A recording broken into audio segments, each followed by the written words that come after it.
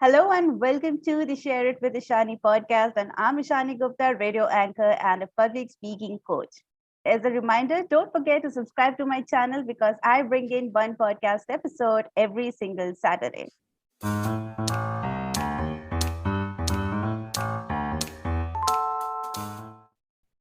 In today's episode, we are going to talk about confidence and success. And for that, I have a very special guest all the way from the US, Avital Miller. Please welcome her. Hi, Avital. How are you doing? Hi, thank you so much. It's such an honor to be here and to be on this podcast that's really hitting so many diverse and important subjects that happen in everyone's lives.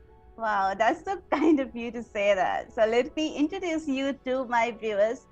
So Avital is basically an author of the award-winning book Healing Happens. She is an international keynote speaker, NLP practitioner, healing breakthrough facilitator, and a global dancer, which is so exciting. It definitely is exciting. Yes.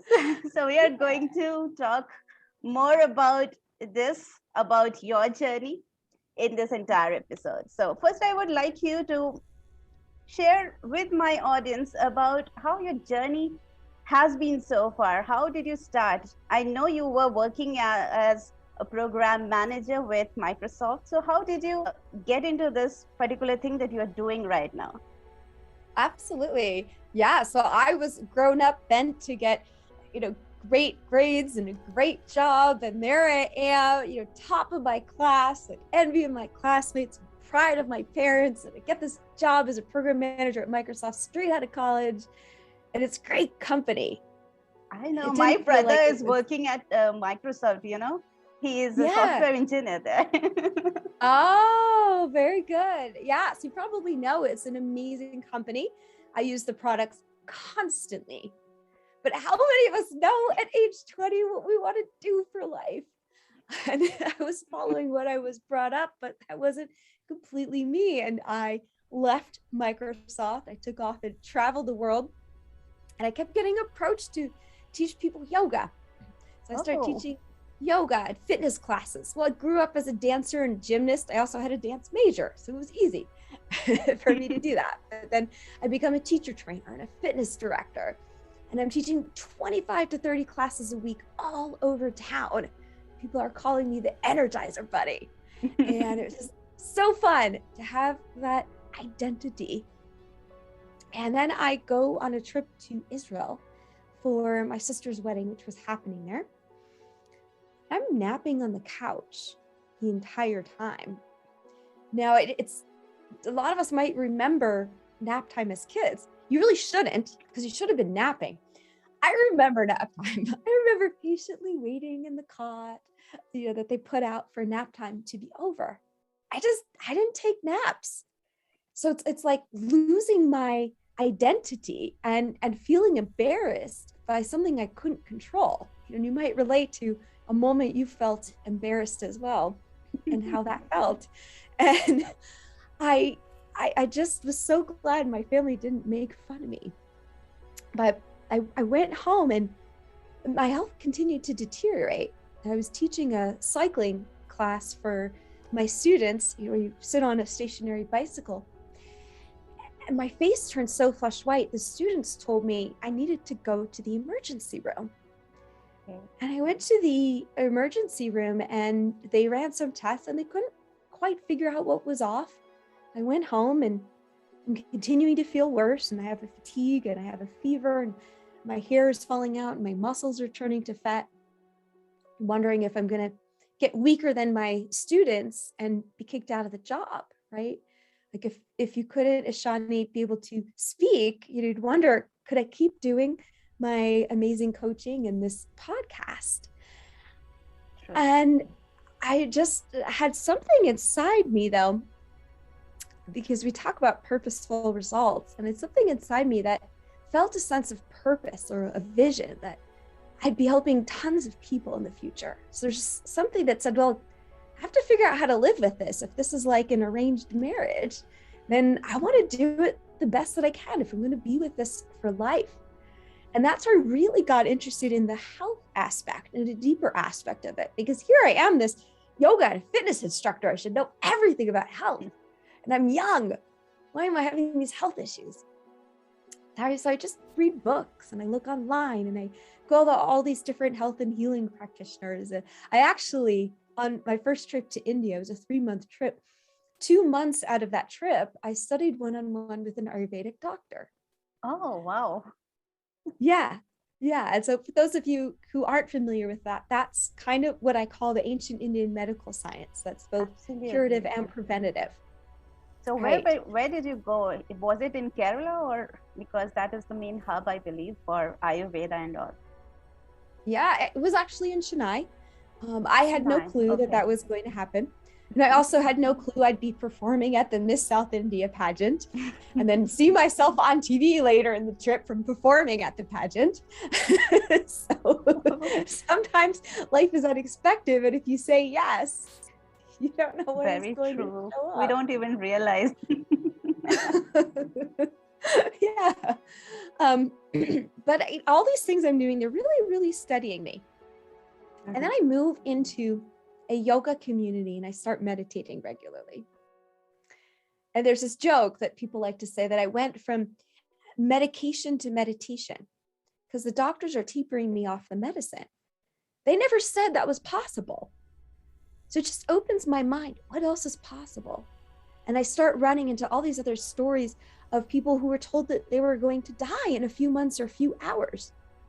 But I was meeting them years later. So the question arises, well, what were they doing? What are they all doing that could cause that? You know, you open your eyes in one area. It's like if you're going to go buy a certain car, you start seeing it everywhere. So what else in life is possible that we wouldn't even expect is possible, right? That 30% of females majoring in mechanical engineering, I beat out all the computer engineering and computer science students and all the boys, and get a higher starting salary than most other people at Microsoft as a program manager. I was held back in school for my writing abilities. My book, Healing Happens, it sold over 900 copies in the first year. And it hit bestseller on Amazon. It won 4 awards. And this is where I share all of those stories of all of these people overcoming those seemingly insurmountable challenges. These are health and healing experts that I was speaking to. So it comes from a more concrete place of what is in common to create that path of success. You know, what led me to write this book that excels? What led me to, from college, I didn't say this too, my ballet teacher pulled me aside in the middle of class one day and said, I never amount to anything. How is it then that I go into India and I'm performing at the Miss South India pageant in front of thousands of people, nationally televised? So that's where I put these success strategies together and how they relate to all areas of life. You know, I've gotten to travel around the world sharing the success strategies from this book. And I've hiked up mountains that are, you know, in the US, we love to talk about the 14ers, right? Because that's as tall as they get here, which is 14,000 feet high. And it's really, really fun to hike up them and see the amazing views that you get, you know, 360 degrees, just mountains and mountains. And then, of course, all of this dancing that I've been doing around the world. Wow. It's really awesome to listen to your story. You know, it is so full of fun. That's the key. I just started a community for fun. Actually, like, I seem to be planning things for my friends, and I'd love to gather great people together to have fun together. So why not? Wow. So you mentioned that you basically started writing down strategies and accumulating strategies to success. So I would like you to answer this question. What according to you is success? Because so many people out there, I mean, all of us, each one of us is moving, wants success, you know, in life, wants to achieve something great. So what according to you is success? Yeah. to be 100% honest, my version of success is when you feel the inner contentment.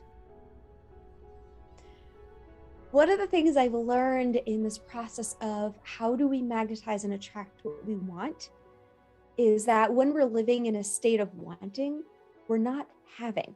That's what one of my teachers explained. You don't do both at the same time, because wanting means there's a lack. And how do we feel when we have a lack? So it's just shifting every time we sense that there's a want. Well, where actually in life do I already have what I want? And a lot of it is just a choice to feel different. Yeah. That is success. It's fun to look at all the outward things, right, that we've accomplished. And I remember when I got my grades from all the equivalency exams in high school, and they were all so high, and I got like a year's worth of college credit when I started college, maybe 2 years worth of credit, just jumping up and down. I got into the college that I wanted, like jumping up and down.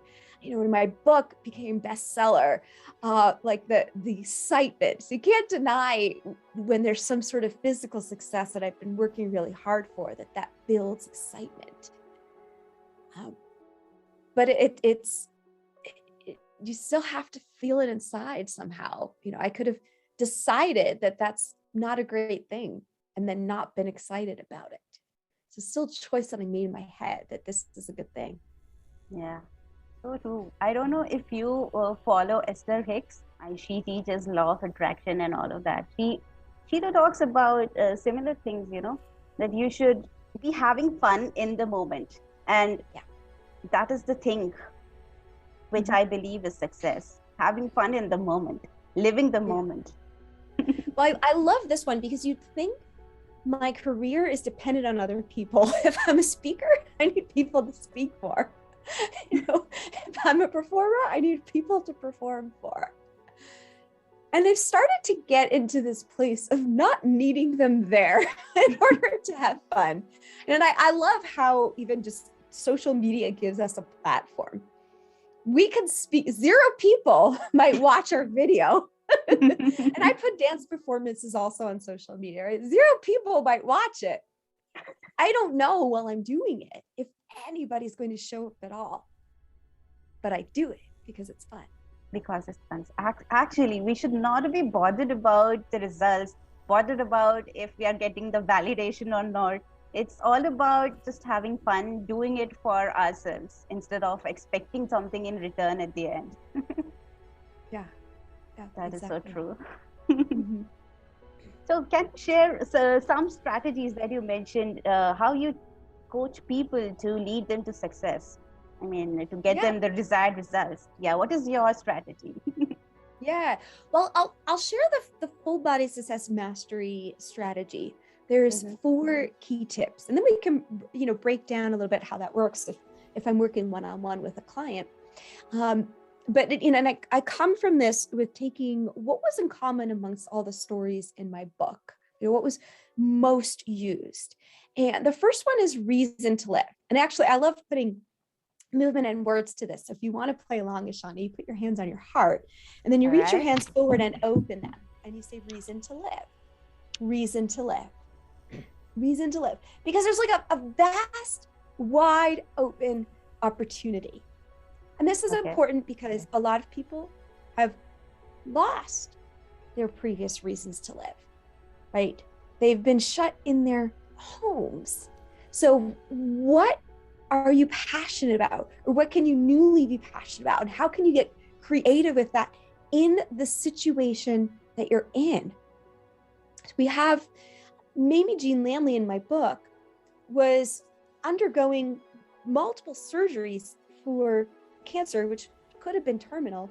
And she was apart from her kids, right? She had to figure out what's going to get my state of mind into a good place so that I can still be a great mother during this time and feel happy. Doctors are taking care of my body. How do I nourish my soul? And you know what mandalas are. these beautiful patterns, right? The people draw on chalk, or they use rose petals floating in water and make all these colorful patterns. And there's a spiritual meaning behind those. But drawing, people remember drawing as a kid and how fun that is. She starts doing these coloring books of drawing in mandalas, just having people create their own without drawing in and filling in the lines. And there's a gift that came out of this, because all of a sudden one day she just says, hey, because her friends are all doing this because this is so fun. She says, hey, why don't you have the intention of having a question about your life that you want answered? Draw your mandala, and then I'll give you a reading. All of a sudden she realizes she has this gift of intuitive readings based from doing this thing that was uplifting her spirit. And she survived all the surgeries. Her number one goal is her family, because she almost even wasn't going to have any kids, and figured out how to have 3 kids. And then her goal was to inspire 3 billion women. And imagine that. You almost think you might die, and now I have the ability to inspire this many women. And these all became her drivers and kept her going. Some people might know Dr. Bernie Siegel, who wrote Love, Medicine, and Miracles. That was the key, he said, that people who were surviving the terminal diagnoses were the ones who focused on their reason to live. What is your purpose? What gives you joy? What's the driver that you came here for? What else is there to experience? Number 2, what else might have happened with Mamie Jean Lamley? She might have thought cancer equals death, because how many people have not made it? And we can't listen to everything. There's this one nurse, and she said that she used to tell people they had about 8 or 9% of chemo working, but then she realized that belief was a much stronger component. And instead, she just encouraged people to believe that the chemo would work, and the success rates went up. Wow. The key is, what are we going to listen to? So we don't listen to everything. And I love relating this back to life, because a lot of people might not know. I mean, I mentioned that I was told I'm not good at writing. How in the world then do I write a 4th award-winning best-selling book? But there's famous people that we know: Oprah Winfrey, Steven Spielberg, Albert Einstein, Michael Jordan, Lady Gaga. At one point, they were all told that they did not have what it takes. Thank goodness they did not listen, because what did they create that impacted the world? And the key is that we do what we can do. One of the stories in my book, and it's actually a doctor, she had lupus. There's no known cure of lupus at this point. She falls in love. She's going to get married. He's really into health, and he helped people lose weight quickly who are on MTV. Those of us who remember MTV videos. Yeah. We have them on YouTube, the music videos. So he puts her on his diet. It was a little different because she didn't want to eat any animals. So it was actually a vegan diet, which normally his diet wasn't vegan. And all of a sudden, the lupus is gone. Wow. It's been gone for probably about 15 years. Wow. Incredible. What did she do? This is why she wanted to go on the diet. She wanted to look good for the wedding. So we do what we can do. She wanted to graduate medical school. She just did her best to do that. Mm-hmm. We do what we can do. This is the one for do what we can do. It's energy clearing in the heart too, to do this. Do what we can do. And I mentioned that out of Mamie Jean Lamley's experience, there was a gift that came out of it, that she had this ability to help other people, all because she was trying to help herself. So the 4th strategy that I like people to think about is to ask, what is the gift? What is the gift in this situation? I have trust in a way that everything that's happening, and if you're listening to Abraham Hicks, you kind of hear this too. Life is about the process, not just the end results.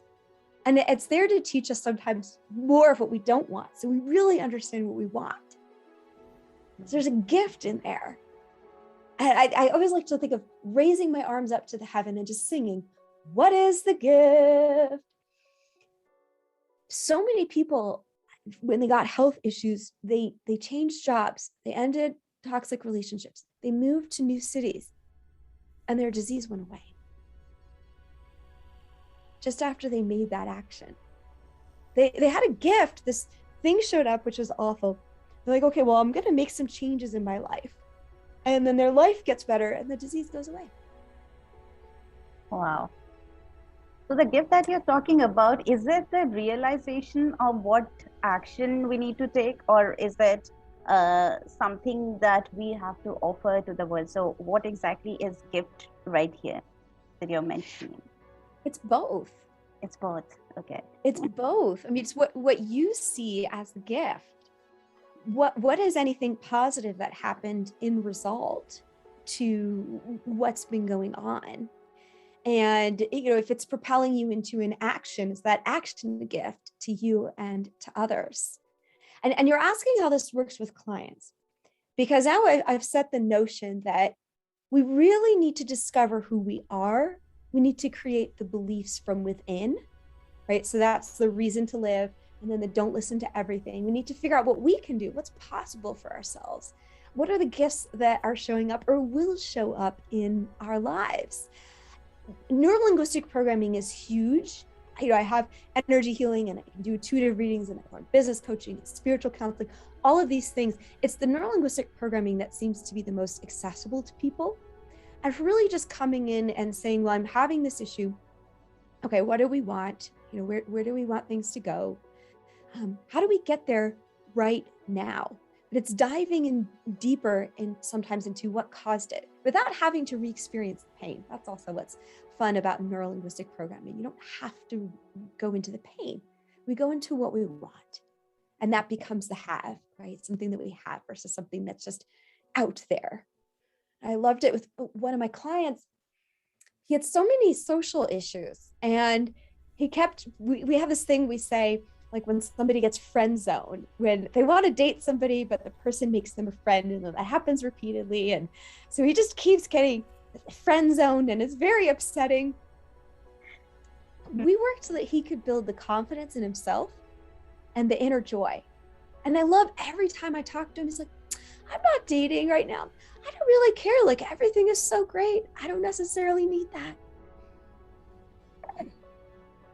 That is the belief system. He is doing the self-talk that he doesn't need it, and eventually he's ending up getting friend zoned over and over again. Well, he used to get friend zoned before doing the self-talk. Like, it really, really bothered him, right? But now he hasn't even. This is the key, I think, for us to realize, is that we're often getting friend zoned when we're meant to just be friends, right? So it's for him to wait for somebody who's truly a match to come by, where neither of them is going to want to friend zone each other. But of course they're going to be friends, but they're also going to have a beautiful partnership.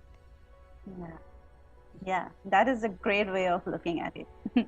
Turning the way we are looking at things, that is more important. Mm-hmm. That is really a wonderful way to put it. Often we just, don't realize that the way that we want things to be, we are just doing the opposite. So instead, we need to change that perspective and see it from a different lens. Yeah, exactly.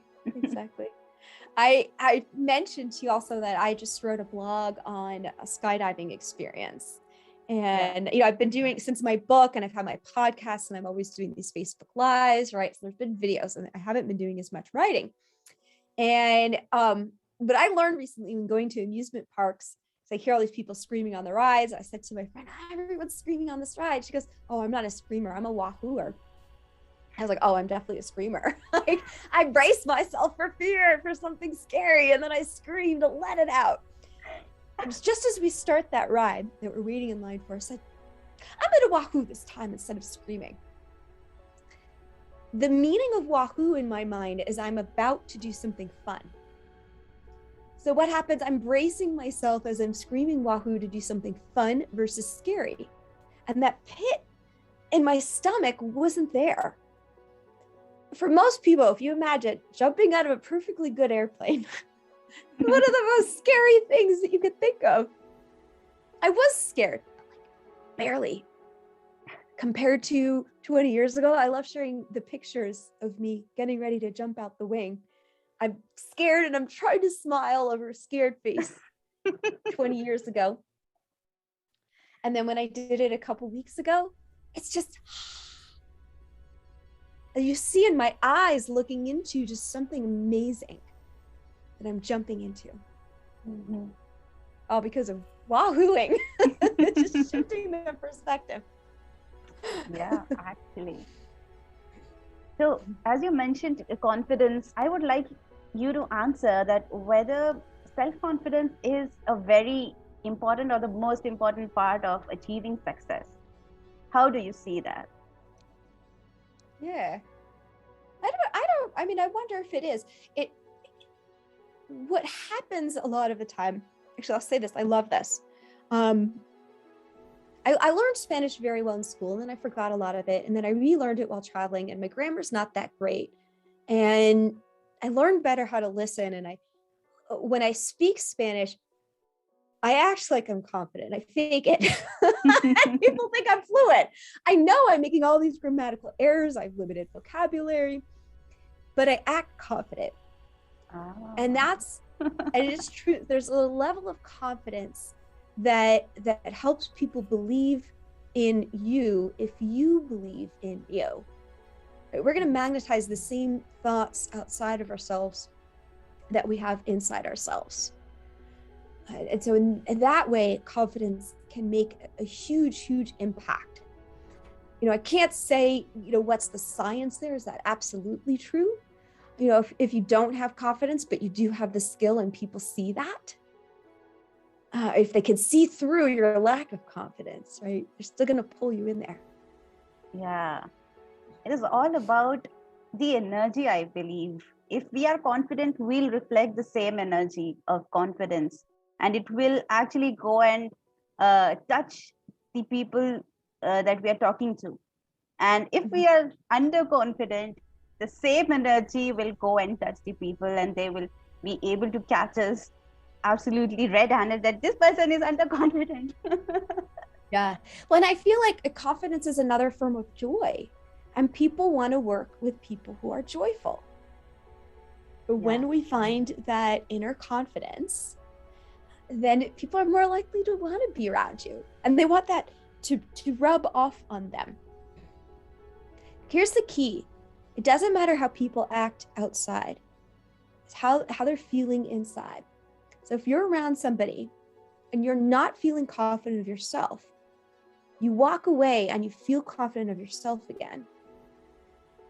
Yeah. Sometimes you're just feeling into what somebody else is feeling, no matter how they're acting and how they're presenting themselves. Trust how you feel inside. That is true, because I teach public speaking to people. The problem that I get heard most of from my clients, from my students, is the lack of confidence. They are so scared to go and speak up.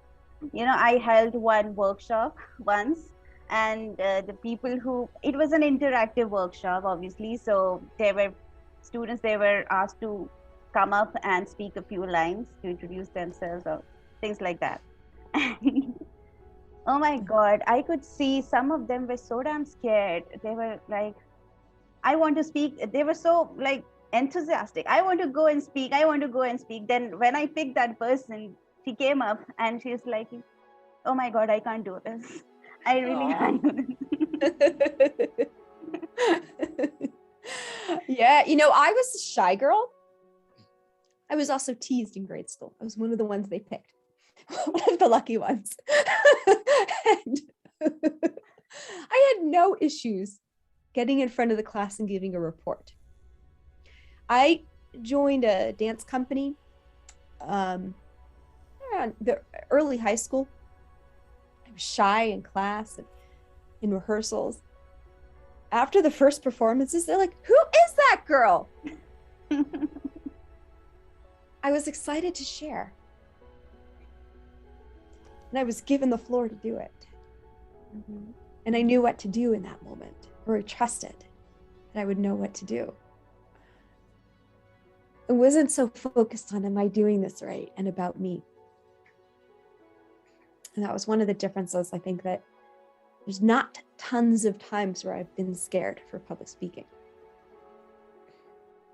Actually, If I get caught up in doing it perfectly and I don't know it well enough, then I get nervous.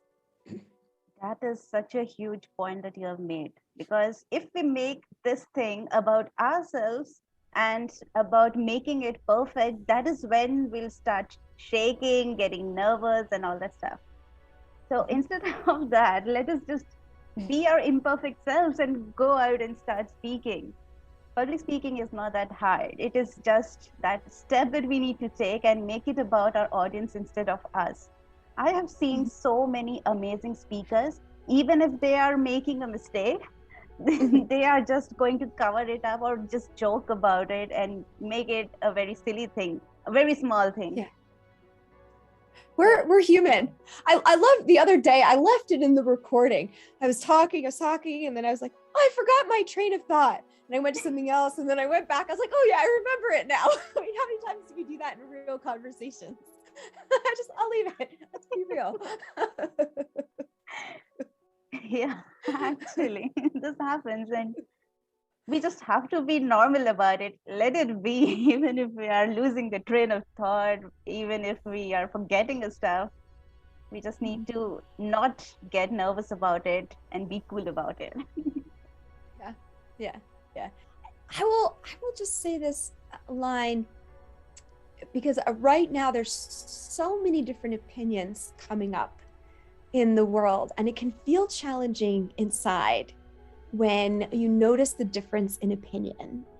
And what I'm going to say, the most important thing is just keep going inside you and building that inner confidence to believe in what you believe in and believe in yourself. Okay. And know that it's just fine, because believe it or not, that actually reduces a lot of the conflict of the contrast between people. And I mentioned that I used to be known as the Energizer Bunny. And today I'm called an Energizer Bunny again. But I feel pretty calm inside. But I've learned all these tools in the process of how to just instantaneously shift my energy. So it's at my disposal at any moment, and tap into natural resources of energy. So I can be anywhere in any moment, no matter what's available to me. And I can figure out how to turn things around. These are the tools that I love sharing with people. I created a webinar called Energize Your Life, the 3 Keys to Unlock Unlimited Energy. And I would love to offer this as a gift to your audience. And you just need to go to unlockunlimitedenergy.com to sign up for that. Thanks a lot for this gift, amazing gift. And I'm sure each one of us watching this and who wants to get more of it will definitely benefit out of your webinar. So thank you so much for this gift. And for my viewers, please go and check the description box for all the links and the webinar details. And if you want to connect with Avital, again, her social links are given below. So thank you so much, Avital, for being on my show. It was such a great pleasure talking to you. I had so much fun today. We discussed so many beautiful things today on this podcast episode. Yes, thank you. This was a lot of fun. I appreciate being on here too. Awesome. So that's all for today, guys. And I'm ending this podcast, signing off from Share It with Ishani. See you next time. Bye-bye.